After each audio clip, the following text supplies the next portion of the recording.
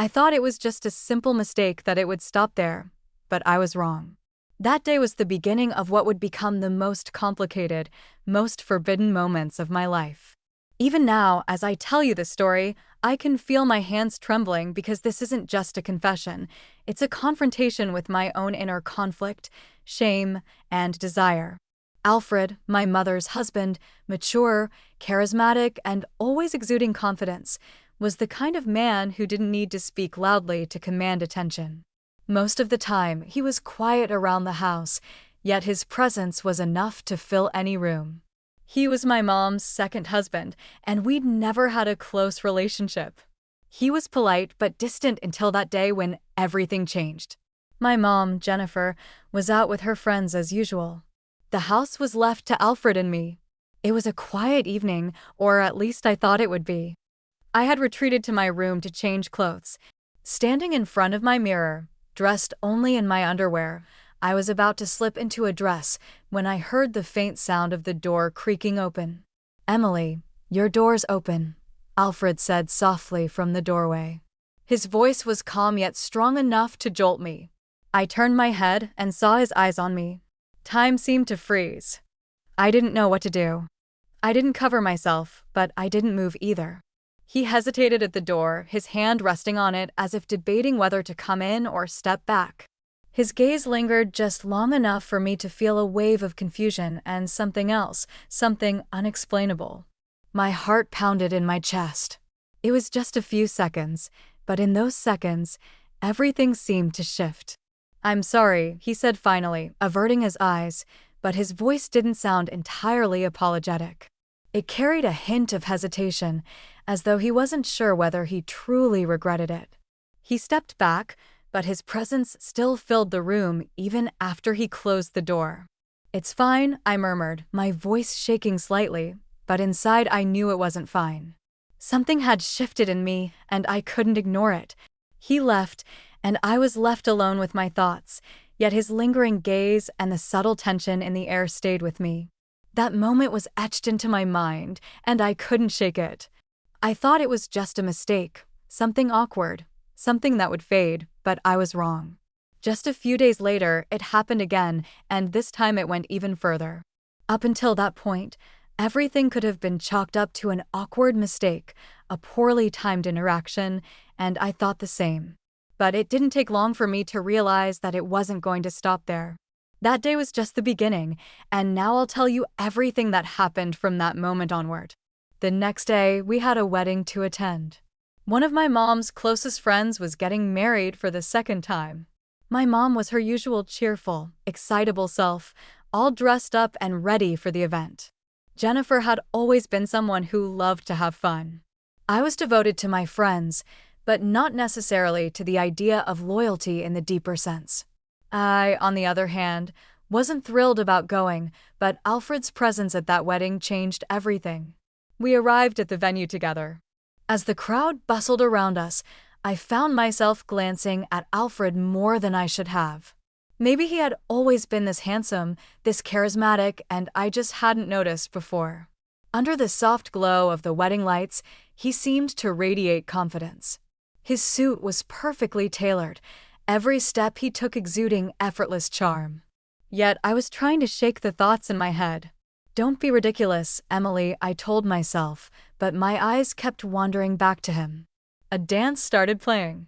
My mom and Alfred were in the middle of the dance floor, swaying to the rhythm. Jennifer had that usual carefree smile on her face, but then, mid-dance, she suddenly turned to me and grinned. "Alfred asked Emily to dance," she said. "I need to go over to my friends for a bit." Something inside me jolted away. My heart started racing. Alfred hesitated for a moment, then smiled and extended his hand toward me. His eyes held an expression that was unbothered, confident.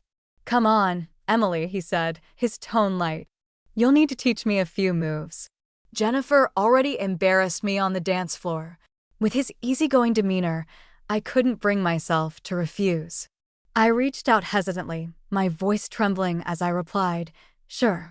As we walked toward the dance floor under the gaze of the crowd, my nerves prickled. The moment his hand found its place on my waist, I felt my breathing quicken. His cologne, the warmth of his touch, it was all so real. This story is about to take a turn. If you're intrigued, make sure to subscribe to my channel and turn on notifications for more. Your support means the world. Don't forget to leave a like and a comment. While we danced, Alfred's eyes never left mine. "Emily, I had no idea you were this talented," he said with a warm smile. There was a certain charm in his voice that struck a chord deep within me. "Dancing with you is genuinely enjoyable." I avoided his gaze, trying to mask whatever was flickering inside me. "I'm just doing my best," I said, but the tremble in my voice betrayed me. Alfred's smile grew softer. "Don't sell yourself short," he said, and I could feel his hand press more firmly against my waist. "This isn't just dancing, we're sharing something." Don't you feel it? That was the moment I realized that the connection between us wasn't just about the dance. My body moved in time with the music, but my heart and mind were spinning out of control. The crowd around us, my mom, the noise, everything else faded away. There was only Alfred and the hands holding me steady. The confusion and desire inside me were overpowering. During the dance, Alfred's voice came softly but deeply, breaking through my chaotic thoughts. "I wanted to apologize for the other day," he said. "I just meant to give you a heads up, but like that. It was probably a little disrespectful to your space." Warmth surged through me, and I could feel my cheeks flush. My eyes drifted downward, but I wanted to ease the tension. "It's okay," I said quickly, my voice shaking slightly. "Really, it's no big deal. Those things can happen." Alfred paused for a moment, but didn't stop dancing, his eyes steady on mine. "Still," he continued, his voice softening, "if it made you uncomfortable, I want you to know that wasn't my intention. I just wanted to get your attention." My heartbeat quickened. "I wasn't uncomfortable," I said, trying to reassure him. At the same time, I was fighting the strange thrill that was beginning to rise inside me. "Really, it's fine." The air between us thickened for a moment as we continued to dance. I was acutely aware of his hand on my waist and the sincerity in his gaze, which stirred something deep within me. But the intensity didn't last long as the music slowly came to an end. We stopped dancing. "Thank you," Alfred said with a gentle smile. "You're truly a wonderful dance partner." I simply nodded, my heart still racing. "Thank you too," I said softly. Then I quickly returned to my table and sat down. Alfred lingered for a moment, his eyes still on me, before eventually moving to another table. But in that moment, those lingering glances made it clear that whatever this was between us was not over. If anything, it had just begun. Set up when Jennifer returned to the wedding hall, she approached us with a bright smile on her face. "What a lovely dance," she said, congratulating us. "You both looked amazing out there." Her compliment only made me feel more flustered, but I tried to play it off. "It was fun," I said with a faint smile. Alfred simply nodded politely, a barely visible smile playing on his lips. Jennifer continued speaking, clapping her hands excitedly. "Guess what? After the wedding, the girls and I are having a bachelorette party, completely girls only. Alfred, you'll take Emily home, right?" Alfred smiled lightly. "Of course, that's no problem," he replied casually. At that moment, I realized how unfair Jennifer's behavior was toward Alfred. On a night when she should have been by his side, she was leaving him alone. A pang of discomfort settled in my chest, but I pushed it down. Jennifer didn't seem to care in the slightest. Having fun with her friends was clearly her priority. When the wedding ended, Alfred and I walked toward the car together. Jennifer had already left with her friends to go elsewhere. We got into the car and Alfred quietly started the engine. The silence between us during the drive was almost tangible. I stared out the window, trying not to feel like I needed to fill the quiet with words. But Alfred eventually broke the silence. "Jennifer, sometimes she has different priorities," he said, his eyes fixed on the road ahead. "But even so, it surprises me how thoughtless she can be at times. Nights like these, you'd expect your partner to be by your side." I didn't hear his tone, I was Cal. but I could sense the hint of disappointment beneath it. His words struck a chord deep within me. The thought of someone like Alfred, strong, charismatic, and composed, feeling lonely tugged at my heart. I gathered myself and responded, though my voice wavered slightly. Yes, I suppose at times like these a little more consideration is important. Alfred nodded slightly. You're right, he said, his gaze still steady on the road. But I guess every relationship is different. In that moment, I felt an unspoken connection building between us. It was as if I could understand and even feel his loneliness. At the same time, I struggled to suppress my own emotions. That brief conversation seemed to draw me closer to him, the bond between us growing quietly yet powerfully. When we arrived home, Alfred opened the door and gestured for me to step inside. Good night, he said, but it was clear from the way he hesitated that he wasn't quite ready to leave just yet. As I walked toward my room, I noticed Alfred still standing near the doorway. A strange urge stopped me in my tracks, and I turned to face him. Alfred, I said, my voice barely above a whisper, would you like to come and maybe we could talk for a while? Even though I could see in Alfred's eyes that he really wanted to stay, he politely declined. After what had happened the other day, he seemed hesitant. I had invited him in to show that I'd moved past it, that it wasn't a big deal anymore. But instead, I found myself retreating to my room, replaying Jennifer's behavior and Alfred's words over and over in my mind. I could feel his loneliness. It affected me more than I wanted to admit. Sitting on the edge of my bed, I tried to calm myself down, but the thoughts in my head wouldn't quiet. Why was I thinking about him so much? Why couldn't I stop replaying the day he accidentally walked into my room? The hours crept by, and the house grew quieter. Jennifer still hadn't returned, and I had no idea what Alfred was doing. As I wrestled with my thoughts, the sound of my door suddenly opening made me freeze. I looked up to see Alfred standing in the doorway. His eyes held a sense of determination, but his expression was conflicted. I quickly stood up. Alfred, I said, unable to hide the surprise in my voice. What are you doing here? He closed the door behind him, but didn't step any further into the room. Instead, he stood there as if debating with himself. Emily, he began, his voice low but laden with emotion. You're right. Jennifer, she isn't fair to me. But tonight, I don't care about what Jennifer is doing or not doing. He took a step closer, his gaze locking onto mine.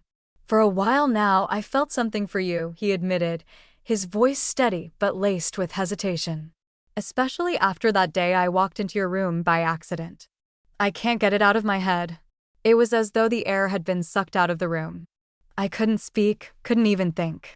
Alfred continued, seemingly determined to get everything out. Hang off his chest, no matter the consequences. Maybe I'll regret saying this. Maybe I'm making a huge mistake, but I can't keep this inside anymore. Emily, I think about you all the time. He paused, searching my face for a reaction. I knew he could see the shock in my eyes. He took another step closer, his tone softening. You understand me, Emily. Maybe you don't realize it, but you see me. That's something Jennifer has never been able to do. My heart was pounding so hard I thought it might burst. The weight of the moment was overwhelming. I wanted to respond, but no words came to mind. The silence between us was heavy, filled with all the unspoken emotions we were too afraid to acknowledge.